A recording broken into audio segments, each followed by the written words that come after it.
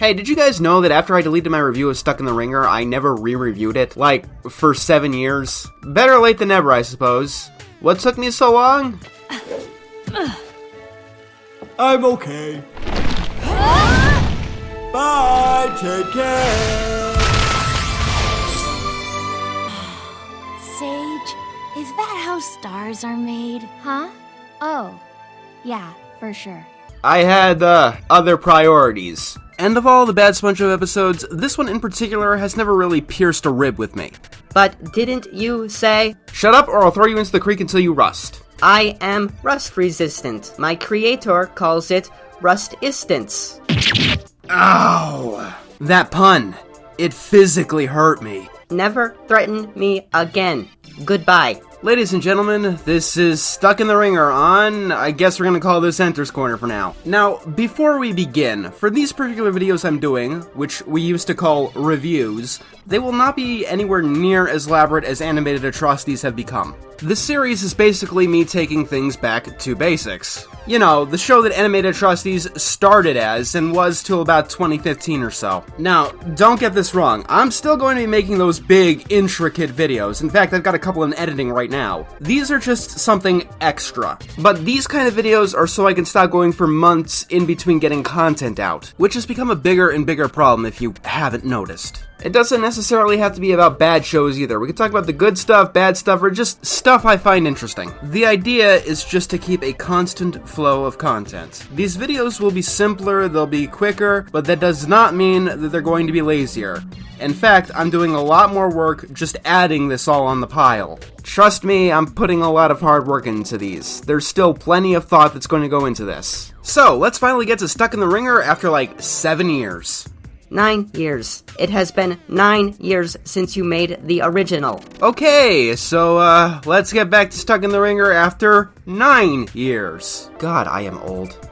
Speaking of that, it's actually been a while since I've seen The Sponge, so I'm a bit fuzzy on the episodes. I don't quite remember what this one was about. Was it the one where Mr. Krabs threatened SpongeBob's life if he didn't take off his pants in front of his daughter? There's only one thing to do, boy.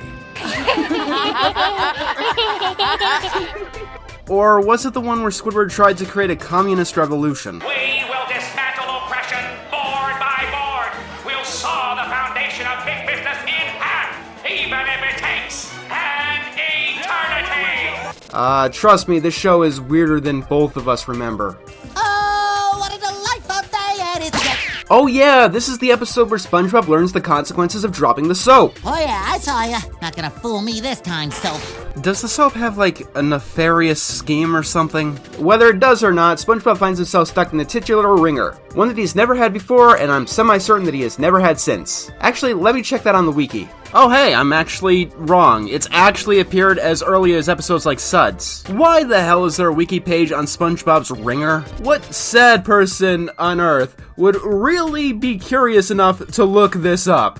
So, then Patrick comes in. I don't remember exactly why people hate this episode, but I think that Patrick might have something to do with it. He does something bad, but I'm trying to remember what it was. Was it that episode where he tried to force SpongeBob to engage in a pet play lifestyle? I'm gonna make you a trophy.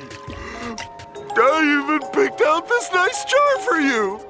No, wait, that was the episode where SpongeBob became a nudist. Oh yeah, the Forever Glue! There you go, buddy. Now you're stuck forever. No, I'm stuck forever. Why would he use Forever Glue? What else would you do if someone was stuck? Literally anything else. Exactly. Alright, this is one of the worst things about season 6 and 7. They had such a horrible fascination with drawing veins on everything, and it always just looked gross. I know other kid shows have done similar stuff, and after the Splinter and House Fancy, nothing is out of the realm of possibility. But I still remember when this show had much more pleasant visuals. Good grief, he's naked! I think you played the wrong clip, Al. Beep beep boop boop boop beep boop boop. Those sweet tomatoes, crisp onions. Are you SpongeBob? I don't know why, but every single time I reviewed a SpongeBob episode, I've had an insatiable craving for McDonald's immediately after. Yeah, I think I'm gonna blame SpongeBob for childhood obesity now. I mean, it's not the stupidest thing that SpongeBob's been blamed for. It's not even the stupidest thing I've blamed SpongeBob for. What? So, at work, SpongeBob is making do until Squidward drops a dope-ass line. Love the outfit. Where'd you get it? The hardware store? So SpongeBob just completely breaks and beats his ass up. Squidward! Are you okay? You just jumped on him for no reason. What do you think? Then when somebody sees what SpongeBob has done, he decides that there must be no witnesses. Whether it takes assault or bribing them, ain't no one gonna tell the cops what SpongeBob has done to Squidward today. Of course, when Mr. Krabs gets wind of this, he ain't too happy. Help! I think you've helped quite enough today. Patrick, I am nothing more than a bike rack. Sad little bike rack. Yeah, the saddest bike rack I've ever seen because that bike is getting stolen. Just, like, lift the chain up. See, it's already gone. Crying never solves anything. This reminds me of something, but I forget it. I will say, it's a pretty nice touch that they brought back Super Weenie Hut Juniors. It says something when even the show's worst seasons and some of their worst episodes, they can still try to squeak in a bit of continuity. It forgives literally nothing in the episode, but you know what they say, it's the thought that counts, right? It might be why this episode is so terrible, because there's very little thought in it. I can't even eat ice cream now! This dumb Wringer's in the way! But ice cream melts. Like, if there's any food in the world that SpongeBob could eat, you'd think it would be ice cream. It's barely a solid. Forget this place. Let's go to the carnival. It's nice that Patrick didn't just eat SpongeBob Sundae, and I spoke too soon. I guess in a way it's heartwarming that after Patrick couldn't get an award in Big Pink Loser, he shaved up and has gotten the biggest prick in the ocean award for about 20 years running now. I love how the shiner in SpongeBob's eye veins are the best animated thing in the entire episode. Like, that's what they knew they had to spend their budget on. Oh, how many times does a carnival come to town?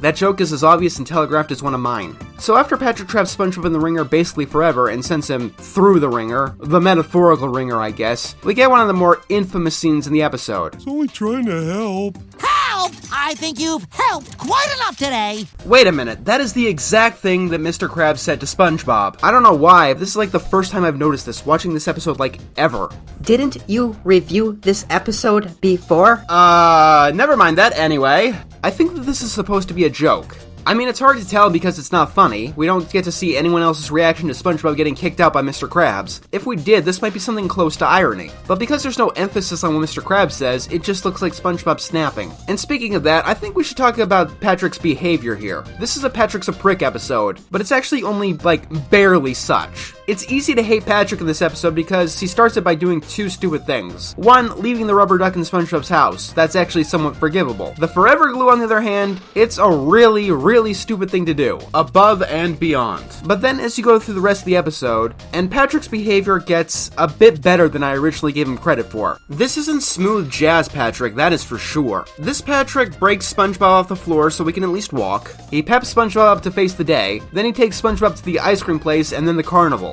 Sure, Patrick enjoys them more than SpongeBob, but there was a chance that SpongeBob could have enjoyed those things. Like, the main crux of the problem is the forever glue. If that wasn't in this episode, and SpongeBob was stuck in it of his own accord, just by slipping on the soap, I dare say this entire episode would have worked. It's a lot closer to good than a lot of the other SpongeBob episodes that I've covered. In fact, it might be one of the closest to actually working. At the very least, what the Townfish say next would make a ton more sense. You know, kid, your body isn't the problem. It's your heart. You deserve what you've gotten. Seriously, try imagining this episode without the forever glue, and one of its two most infamous problems is snapped right out of existence. Of course, there is one other problem that, I think I remember. It happens right, when... I'll just play fetch! No, that's not it.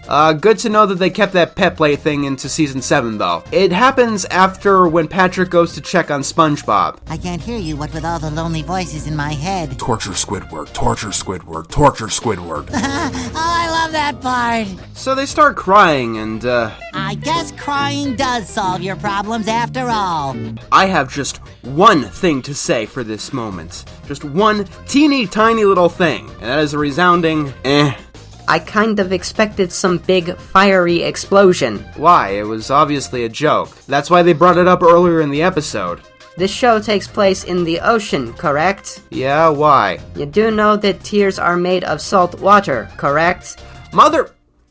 Thank you for watching this weird, silly video I made. Sorry it took me like however many years to finally get a Stuck in the Wringer video back up. I'll probably be working on the other videos that have disappeared over the years for various reasons as well. Once again, this is not a substitute for my bigger content, it's just something extra, but there will probably be more of these. Yeah, my bigger projects have been taking a lot longer than I thought they would, and I noticed the content was very sparse for the first leg of the year. So don't forget to subscribe. You could even win a trip to the moon if you do! A disclaimer, I would have nothing to do with said trip to the moon, but it is something that could possibly maybe happen to someone. And it could coincidentally happen to someone who subscribes to this channel. You never know. Also, I have a new Patreon reward. For just $5, you could participate in my new Discord server. And I will see you soon.